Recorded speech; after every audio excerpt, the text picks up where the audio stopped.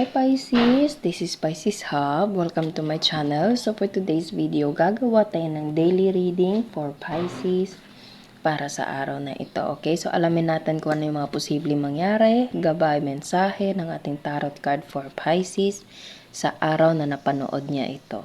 Okay? This is a timeless reading, Pisces. So kahit anong araw, buwan, taon, basta tugma sa sitwasyon niyo po, take lang. Okay? Reminder lang po na ito ay general reading, Pisces. So, pwede pong mag-resonate, pwede pong hindi, and welcome po ang lahat ng gender. Babae, lalaki, LGBT, ay pwede po sa feminine, masculine na energies na lalabas sa ating cards. Basta tugma, again, take lang. Pag hindi, wag pong ipilit. Okay, so, alamin natin kung ano yung mga posibleng mangyari po for Pisces sa araw na napanood niya ito. Mga gabay mensahe niyo po para kay Pisces sa araw na ito.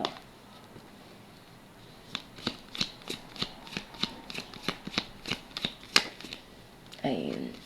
Oh, there's a 5 of Pentacles. Meron kang babayarin, Pisces. May mga pwedeng nagtitipid ka ngayon, lalo na sa pera. May mga kailangan kang bayaran, mga bills, okay? So, ano pa po?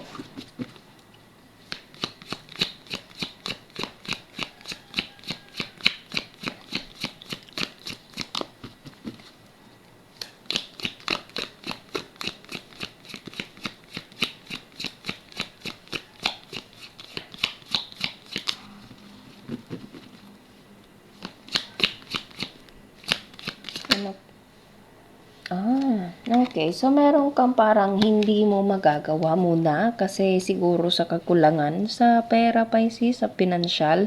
Okay? Kasi 5 of Pentacles and then nasundan siya ng 7 of Wands. Meron siyang especially kung sa pera, pwedeng hindi mo pa siya mabibili. Pwede pong ganun, hindi ka pa makakakuha nun. Kailangan pa mag-ipon, okay? May mga bagay pang kailangan pag-ipunan para mabuksan itong 7 of Wands na nandito. Okay? So, nakikita nyo po mismo, Pisces, kung ano yung dalawang cards natin dito po. Okay? So, merong pag-iipunan at saka merong hindi pa mabibili, hindi pa makukuha dahil sa kakulangan po sa pera po. Okay? Napaka-specific ng dalawang cards natin dito. So, ano pa? Ano pa po? Ba't ito Okay. Okay, so ano pa po yung message po for Pisces sa araw na ito? Mga gabay mensahe. Ano pa yung mga posibleng mangyari for Pisces? Pwedeng sa renta to sa bahay, Pisces. Okay? Or sa... Ba't ko narinig yung word na concert? Okay. Pwedeng meron kang gustong puntahang concert, Pisces, and hindi pa muna or hindi mo maano kasi medyo kulang yung budget. Pwede pong ganun. Okay? Or pwede mga bagay, mga material na bagay na gusto mong bilhin pero yun nga, maraming babayarin, bills. Pwede pong ganun. Okay, so ano pa po yung message niya po for Pisces sa araw na napanood niya to? There's the Empress. Okay. So, it's either there's something na parang opportunity na magbo-bloom for you, Pisces, which is the Empress card right here. This is a new beginning. Or pwedeng this is someone na merong connection sa mother or feminine energy kasi the Empress card is a feminine energy. So, pwedeng ikaw to or dealing with someone na feminine. Pero again, wala po tayong gender specific po, okay?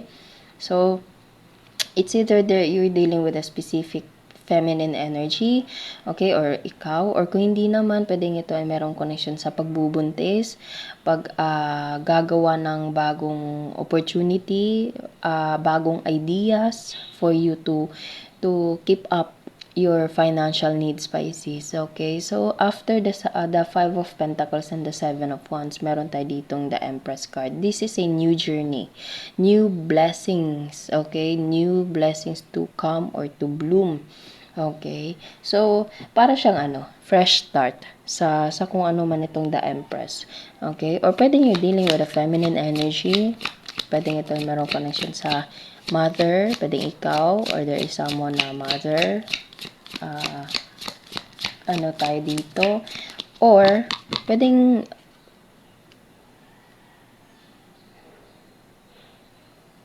meron itong connection sa panganganak, pwede po, and medyo kulang yung budget, siguro sa pagano dito sa panganganak po, pwede pong ganon. Pero again, wala po tayo marami to masyado. So, ano pa po yung message niyo po for Pisces sa araw na ito? Nice. Nice. There is something na opportunity for you to come, Pisces, and matutugunan lahat ng kakulangan, lalo na sa financial. Okay, nakikita na there's a recognition. This Six of Wands is a card na kumbaga para siyang winning card, success, okay, recognition, certification, pwede pong ganon, okay,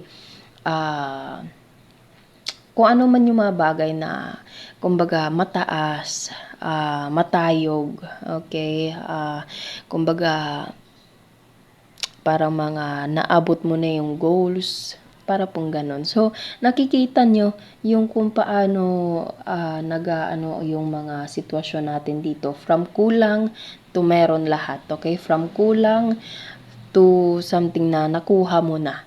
Okay? Nakikita nyo kung paano kumilos itong mga cards natin dito.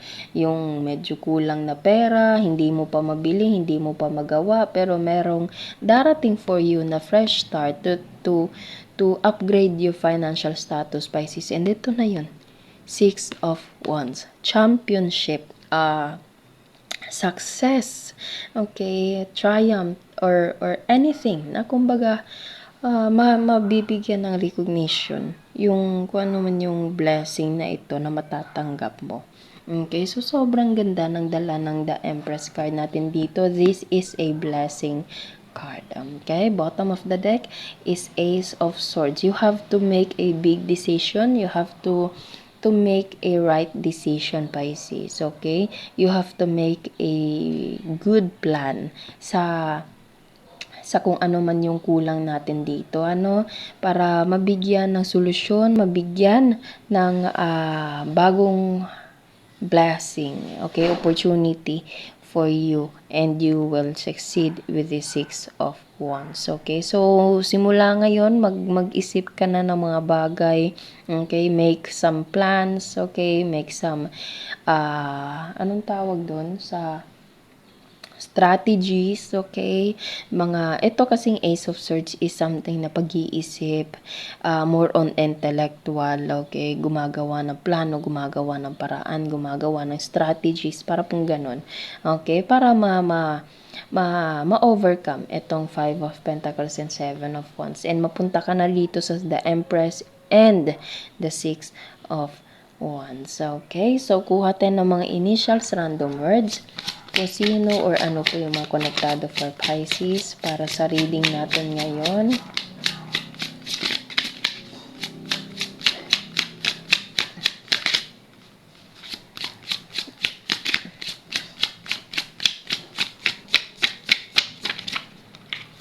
Okay. Letter L.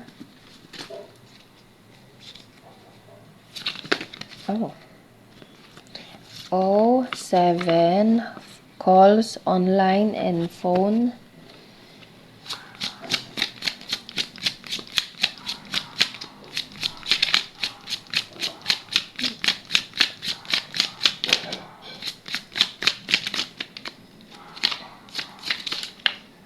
S. Ano pa? 4 4, 47, LOS, calls, online or phone, isa pa po. And brunette. Okay? So, yun po ang ating reading for Pisces para sa araw na ito. Naway nagustuhan niyo po. Huwag niyo po sanang kalimutan na mag-like at mag-subscribe po sa ating channel.